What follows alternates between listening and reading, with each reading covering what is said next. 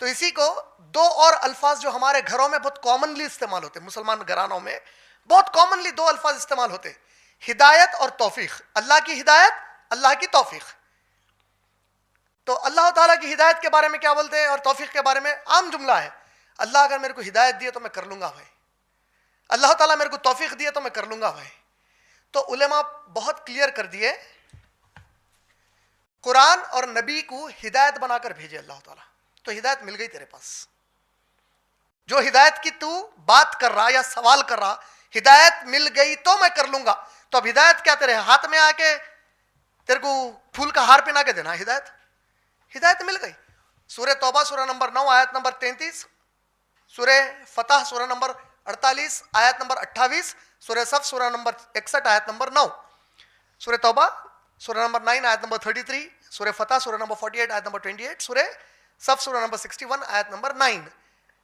هو الذی ارسل رسولہ بالہدی ودین الحق، وہی تو ہے جس نے اپنے رسول کو ہدایت دے کر بھیجا اور دین حق دے کر بھیجا. اس کی تفسیر کیا ہے؟ ہدایت سے مراد قرآن کریم، دین حق سے مراد محمد صلی اللہ علیہ وسلم کی سیرت. یہ تو آ گئی آپ کے پاس.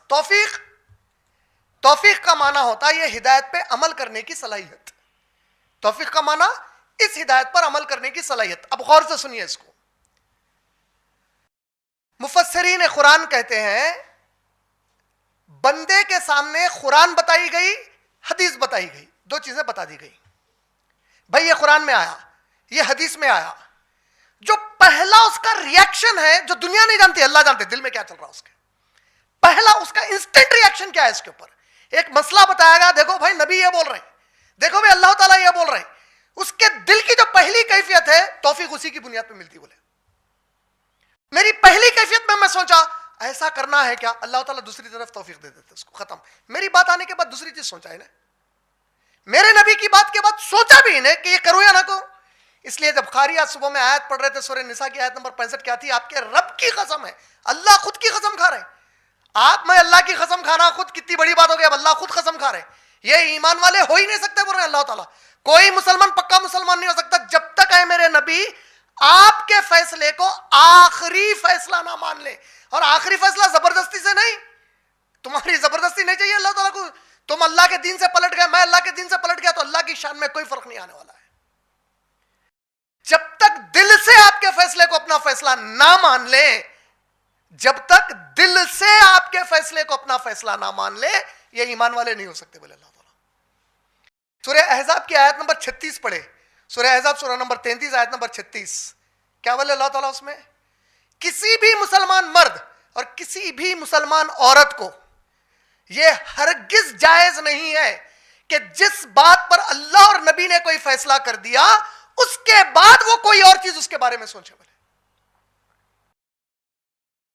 واضح آیت ہے. کوئی مسلمان مرد، کوئی مسلمان عورت کے لیے یہ ہرگز جائز نہیں ہے کہ جس چیز پر اللہ اور محمد صلی اللہ علیہ وسلم نے فیصلہ سنا دیا وہ اس کے بعد اس مسئلے پر کوئی اور عمل کرے، سوچ رکھے یا کوئی اور کام کرے. آیت وہاں پہ ختم نہیں ہوئی. قرآن مجید میں سورہ فاتحہ کی آخری آیت کیا پڑھتے بن؟ غیر المغضوبی علیہم یا غیر المغضوبی علیہم ولا الضالین. یہ آیت کے اختتام میں اللہ تعالیٰ بولے جو کوئی ایسا کرے گا، پھر جو کوئی مسلمانوں میں اللہ اور نبی کی بات کے بعد اپنی مرضی چلائے گا تو یہی اصل گمراہ لوگ ہیں.